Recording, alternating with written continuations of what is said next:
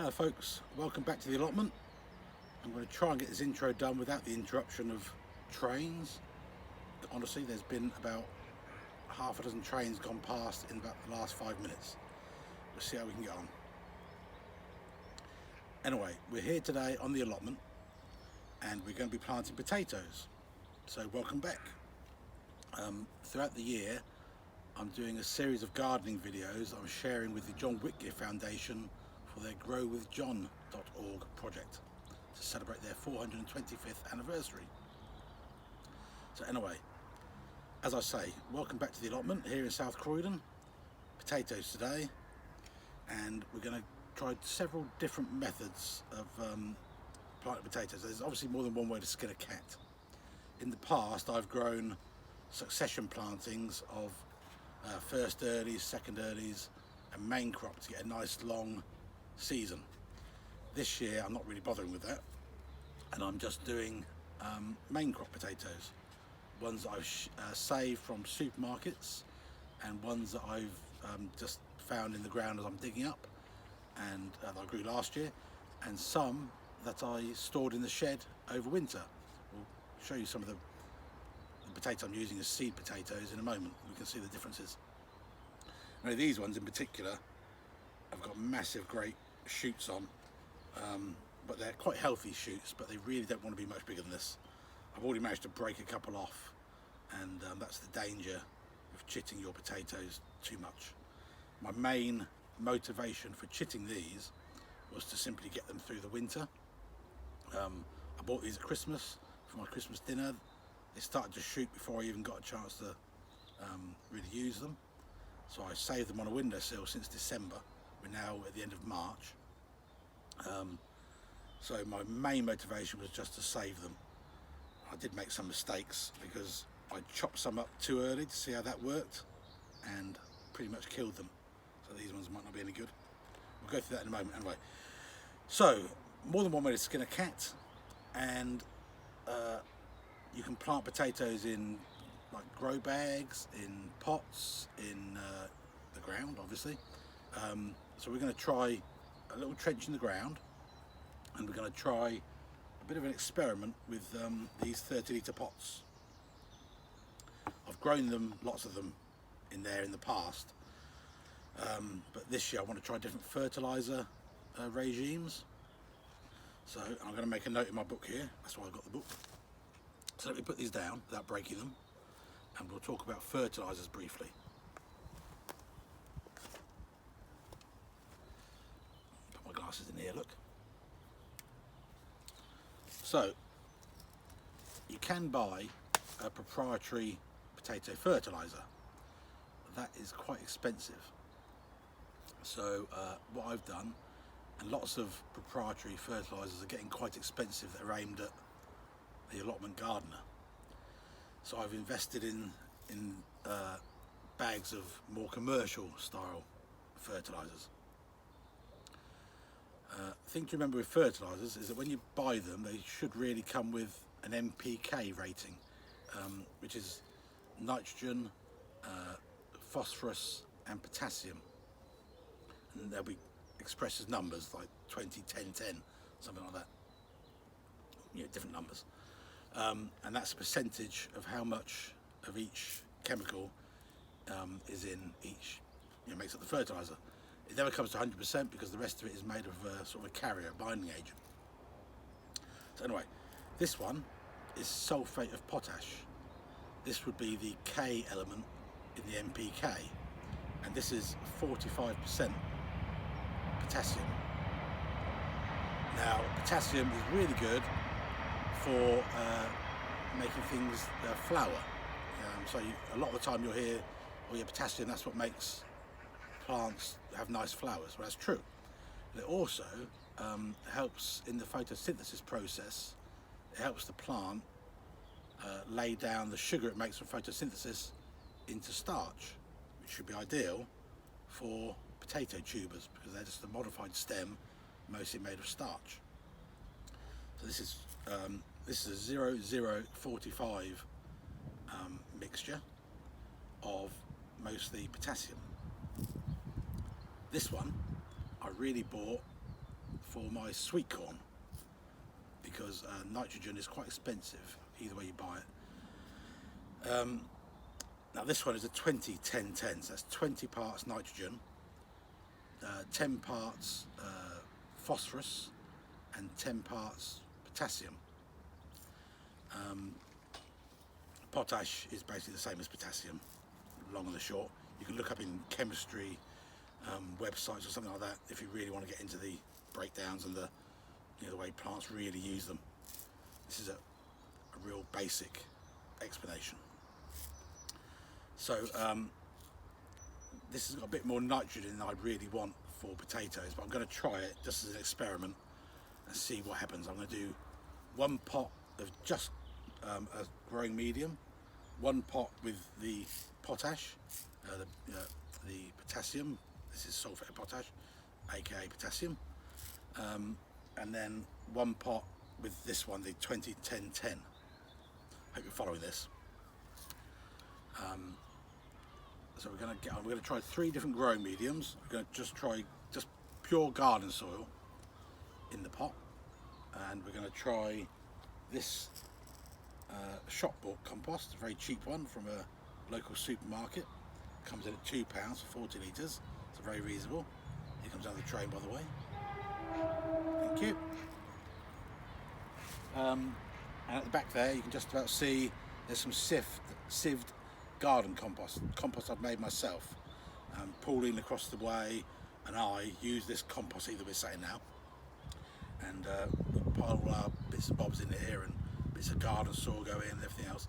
So that's kind of a mixture of garden soil and compost, and we'll just see how it all works. We'll do 1 pot.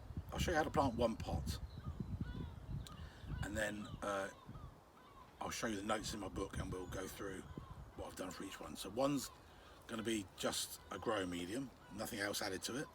One's going to have the 20-10-10 added to it, and the other one's going to have the 00-45 added to it.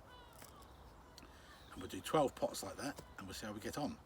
And at the end of August probably we'll tip some of them out, probably not all at the same time because I don't need that many potatoes, but we'll tip them out, and we'll see how they yield, we'll weigh them and see how much we get out of them. Okay, so that's enough waffling about that, isn't it? Let me just talk you through some of these potatoes I've got. In the pots we're going to mostly be planting King Edwards. It's not going to be a scientific experiment by any stretch of the imagination, and there's too many variables. I haven't got the same, I can't guarantee that it's strictly using scientific principles. It's just an allotment experiment, if you like, a trial. So let's look at some of these potatoes I've got here, and I'll talk you through those a bit. Okay, so these are the King Edwards I'm using for this trial. I've let them grow on my windowsill since Christmas, and they've got through the winter okay, although their chits are a little bit long and a little bit delicate. I'm hoping if we get them in the ground now, they'll be okay for us. A mistake I did make was I wanted to try chopping them up this year, see if I get them to go any further. So one tip I would say, if you're going to chop your potatoes up to make them go further, don't chop them up in February and expect them to be excellent in March. This one is practically dead. It might come good, I don't know, we'll try. But it's on its last legs. Obviously I chopped that one into a really small piece to see how small, if it would just grow with just one eye. This one I chopped up just in half, and it's, if it will focus, there we go. This one I chopped up just in half, and it's lasted much better.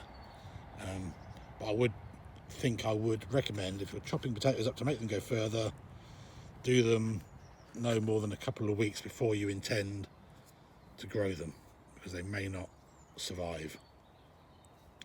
I think that one will probably pull through.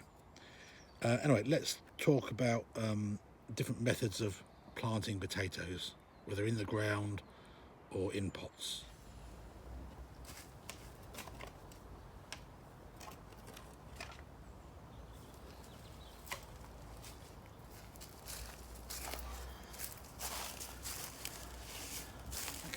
So, two ways of growing potatoes: are in pots and traditionally in trenches in the ground. There's pros and cons to both methods. By far the biggest pro in growing in pots is that they're very easy to harvest. When you're done, especially if you just use shop bought compost, when you're done you tip them out, you find every potato in there, very easy, very clean. Big drawback with it, I find, is they're very hard to keep moist. They dry out very easily, and you're, especially here in the allotment situation where we can't use a hose pipe, we have to carry the water from the tub. It's very hard for me on a hot season like last year to keep them moist. If they're not kept moist, not wet, but if they're not kept moist, the tubers don't grow really nicely. So a drawback with the trench method is that you can get a bit more slug damage, I found. I think they're a bit more prone to slug damage, and when you try and harvest them, I'm personally very prone to either slicing them open or stabbing them with a fork, and I'm also terrible at finding them all when they're in the ground. I find it really difficult for some reason, and they come out very, very dirty. The major advantage is that you really don't need to bother about watering them. They're in the ground, they find the moisture in the ground, and they do a lovely job of looking after themselves. So, like I said, if you're growing main crop potatoes in a pot, you just fill it to the top, water it, and pretty much forget about it. If you're growing them in a trench like this, it's about a 4-6 inch trench, something like that, 100 millimeters, 150 millimeters, something like that. And as they grow up through, you're going to backfill it with a bit of this dirt, a bit of this soil, and as they grow up through, you're going to have to use a hoe to draw soil onto them so that the ones that come to the top don't turn green, because green ones are poisonous, certainly if you eat enough of them, if they're very green. So yeah, pros and cons. Ease of harvest, difficult to harvest. Difficult to keep wet, in my opinion. Easy to keep moist. Slightly more prone to slug damage. These are the pros and cons, so you have to decide, and what space you have as well, of course. So yeah, there you go, pros and cons. Okay, so this is the bed we're going to use for our potato in pots trial. All I've done is dig a hole big enough for the bucket, and I've buried it just deep enough to get over these drainage holes. Might go a little bit deeper with this one, but what I'm going to do is put 3 buckets in. This first row is going to be just garden soil, and then we'll put one with shop bought compost and one with homemade compost, and then maybe if we can squeeze it in, we'll do some with a combination of earth and garden soil and different compost. See how we get on. And then we'll do a pot of just soil, just garden soil, a pot of garden soil with that 0045, mostly potash, potassium, and then one with the 20-10-10, the one that I'm not so sure about, because I don't think nitrogen, there's going to be too much nitrogen for potatoes. I think we may end up with lots of green on top and not so much of a crop, but we'll find out. This is the whole point of an experiment, isn't it? So yeah, and then we'll make a note in our book, and we'll keep a tally in that book, and compare at the end of the season what kind of crop we got. So I'll crack on and dig these holes and fill these buckets, and I'll come back and I'll show you just the basic principle of putting the potato in a bucket, which is pretty straightforward, to be fair. Right, so bear with me, back in a moment. A slight change of plan. I opened up my chest of goodies just behind you there, and I found I had a tub of blood fish and bone, which has a NPK makeup of nitrogen 3%, phosphorus 9%, and potassium 3%. So that's a different fertiliser makeup to the other two, and this one has got mostly phosphorus. So that should be quite interesting, because it shouldn't really give any. Phosphorus is synonymous with development of roots. Now, potatoes aren't a root vegetable, they're a tuber. It would be quite interesting to compare the three different fertilisers. So we've got a grid of 12 tubs here, 12 30 litre tubs. Now what I'm going to do now is, for nearest you is soil. I'm going to do plain soil, soil with 0045, soil with 20-10-10, and soil with this blood, fish and bone at what did I say? 393. So it'll be interesting to see what happens, what sort of yield we get. I'll make a note in the book so we don't forget which is which. And we're on with it. So yeah, these pots are just sunk into the ground. It's a really hot day today, so forgive me for them not all being spot on, level and even, but it doesn't really make too much difference. They're buried enough to cover the drainage holes so that the roots can go out through the drainage holes and get some water hopefully.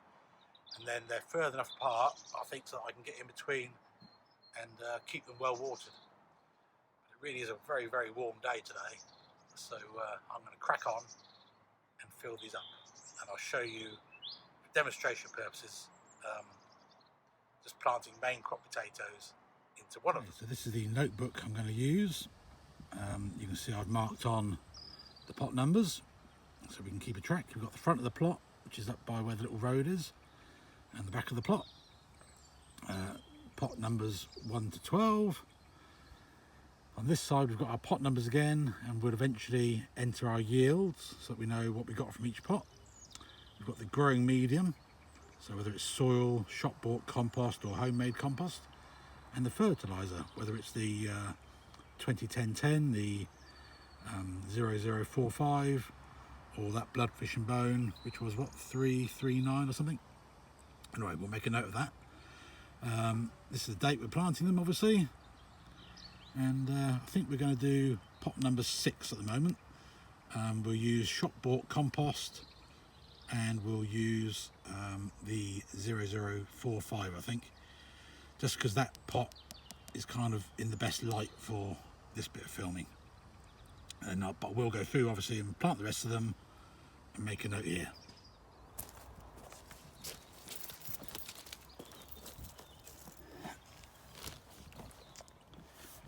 Okay, so hopefully this bright sun isn't causing too much of an exposure issue.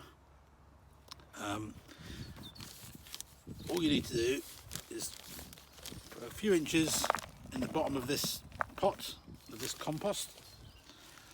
I would normally just pour it in, but for demonstration purposes and giving me time to speak, I'm just going to do it like this by hand. So I'm going to break it up. It's not too bad looking really, this. There's a bit of plastic garbage in it, which I think that's probably from the packet maybe. Anyway, a bit more in. And all we're going to do is break this up.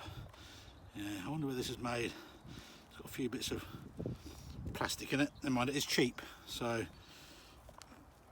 you get what you pay for, I guess. It looks mostly like bits of wood chip and everything. I've no idea what the nutrient sort of levels are in this. We shall find out, won't we? See how things grow. Okay, right, so what we're going to do, look, is we're going to break this up. We've got, well, yeah, about my finger length of soil in there, of compost in there. Now, main crop potatoes are King Edwards, as I've said, so we're just going to put them in carefully, because I've got very big very big chits on them. I'm just going to rub off these smaller ones because I don't really want the more chits you have, the more stems you have coming up, the smaller potatoes you'll get. So I like a decent sized potato, so I'm going to rub them off just to get these 2 chits as being the dominant piece. We'll pop them in there, we'll bury them in, look. And this one's got 3 main ones on. I'll rub off these smaller ones. This really couldn't be much simpler. Just have to be careful you don't snap these off when they're this big. I'm going to leave 3 on that one. See what happens. So yeah, he's nestled in there, and then we'll gently put some of this around it. So if you're doing second earlies or first earlies, I mean, you have to remember that when commercial growers grow potatoes, they don't chit them. They don't have the space or a windowsill big enough to just keep potatoes, seed potatoes, in cold storage. So fair enough, if you're doing first earlies and second earlies, maybe you did it a few weeks ago, to be honest, and you're trying to really, you know, get them going early so you can have early potatoes, then yeah, sure, chit them and plant them in the ground nice and early. These, and if you do that with first earlies and second earlies, you can put another layer of potatoes higher up. These are main crop potatoes, these are King Edwards, and all I'm going to do is do 1 layer, because they're going to grow up, come through, and they're going to sprout as they come up. And in this particular pot, so I've covered up now the chits. I'm pretty safe with the chits. I'm not going to break them now. So what I'm going to do, I'm going to get some fertiliser, which I thought I brought with me. But, I'll go and find the fertiliser, and I'll put some more compost in, and I'll mix it in to this top layer. So as the shoots come up, the stems come up and send off their little potato bits, they can find all that fertiliser. So it's pretty simple, really. I'll join you again in a second when I find the fertiliser. Okay, for demonstration purposes, I've decanted this sodium of potash from its main container into this jar. As far as health and safety goes, that's probably not the best idea. You want to keep your chemicals and your fertilisers and whatever else you use in their original container, because that's got all the warnings on it and everything, and lets people know exactly what it is. Pretty unlikely anyone's going to find this and decide that they're hot dogs, which is what the original container was for. But you know, a child wouldn't necessarily know what this is and might think it's a sweet or something. So anyway, purely for demonstration purposes, I've mixed it, I've decanted it into this jar. So I'm going to put a little bit more of this compost in now. And I'm actually going to pick it up and throw it in there to save a bit of time. Just so we've got a nicer layer. Okay, that's it. Absolutely no danger now of damaging those chits, is there? So let's break those lumps up, and I'll just put a handful of this 40-40-40 in. Sorry, what am I saying? 00-45. So sodium and potash, it's a mined sort of mineral, really. Sulphate of potash, sorry, it's a mined mineral. I've looked at the application levels, and with my maths being what it is, aka not great, I've worked out that a handful about like that should be enough. So I'm just going to sprinkle it on there, and I might put a few more handfuls of this in, mix it up, evenly spread.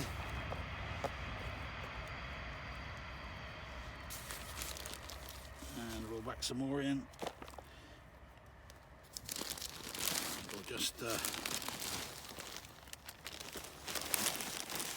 it off a bit. It's really not easy to do one-handed. Still needs must. So I've still got half a handful of sulphate of potash. God, this really is a big old lump here, look.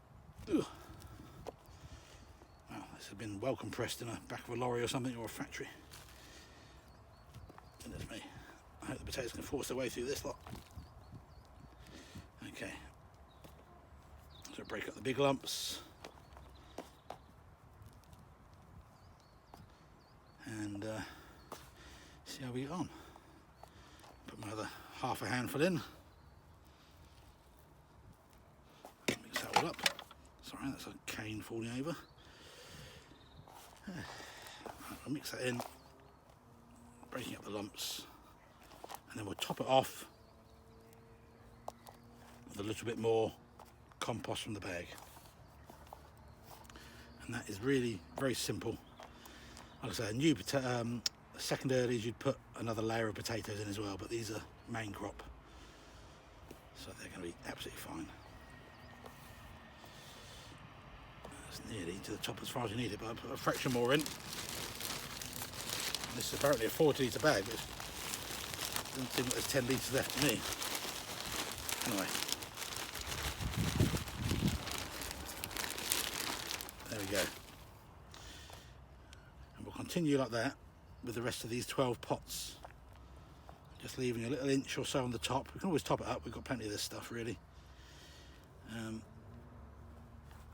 Ideally, I'd like to put a mulch on top, but I don't have any. Well, I do. I've got some raspberry twigs sort of chopped up. But ideally, I'd like to put barley straw or oilseed rape straw on the top. But I don't have any of that. So there we go. So I'm going to do the rest of the pots with their various growing mediums, and I'm going to give them some water. I'm going to give them about 12 litres of water. That's the size of the can I've got. So I'll give them one watering can each, and they'll be golden, hopefully.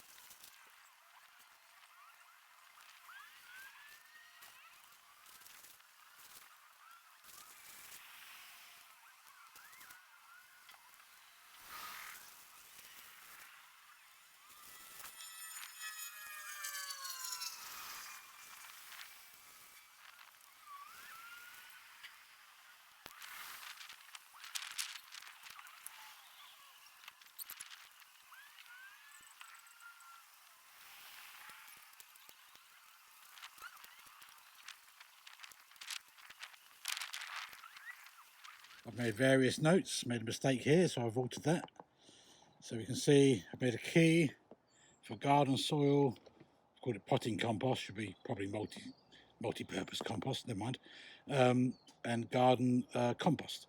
So there's a key, should be all self-explanatory. A couple of these, like number 10 for example, I only had 3 small seed potatoes put in there, so I put 3 small ones in. The rest have got 2. This one here, I lost myself. I just forgot to add the 2015-15 as I was doing it, so it's poorly mixed. I made a little note there. The rest of it is all pretty good. This one, number 7, 2 cut parts, so I don't think that really makes any difference, but there we go. Let's come back in a few months' time and see how it goes. Let's move over and do the potatoes in pots, in the potatoes in trenches now. Okay, so those tubs took way longer than I anticipated. I think trying to film and do everything at the same time. Anyway, as you can see, the sun's moved around, still very warm, and we are going to plant some potatoes in these trenches. And what I'm going to do is put the 20-15-15 on one side and the 00-45 on the other. I'm not going to put any blood, fish and bone here, because Mr. Fox, who lives on this land, he very much likes to dig up things that he smells underground. There's a very good chance he might dig this up because there's broken ground, and that's what they do. So yeah, we're certainly not going to risk any blood, fish and bone. But let's crack on, and we'll pop some potatoes in here, the ones we've got left, and fill it back in.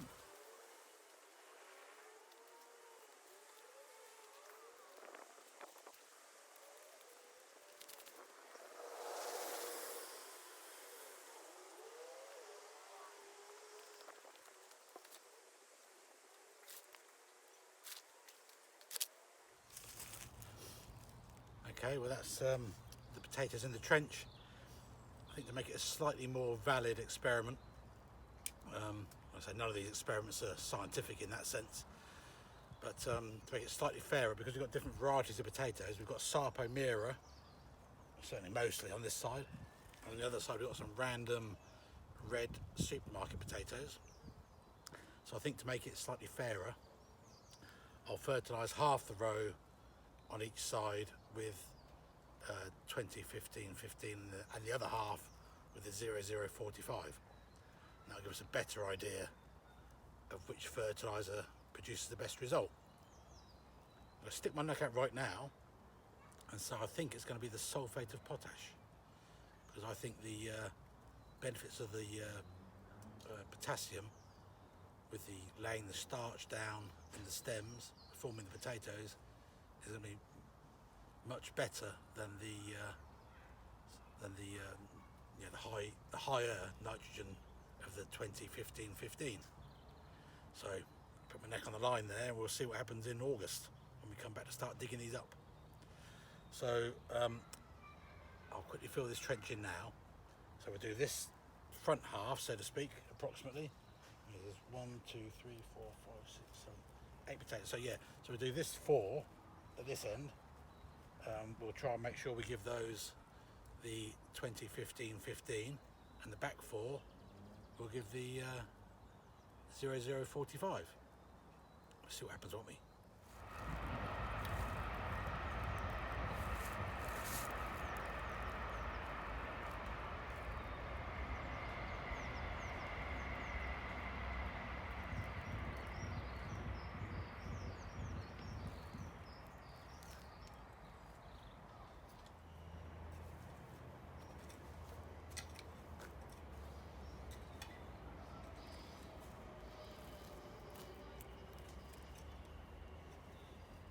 Well, it really is a very warm day.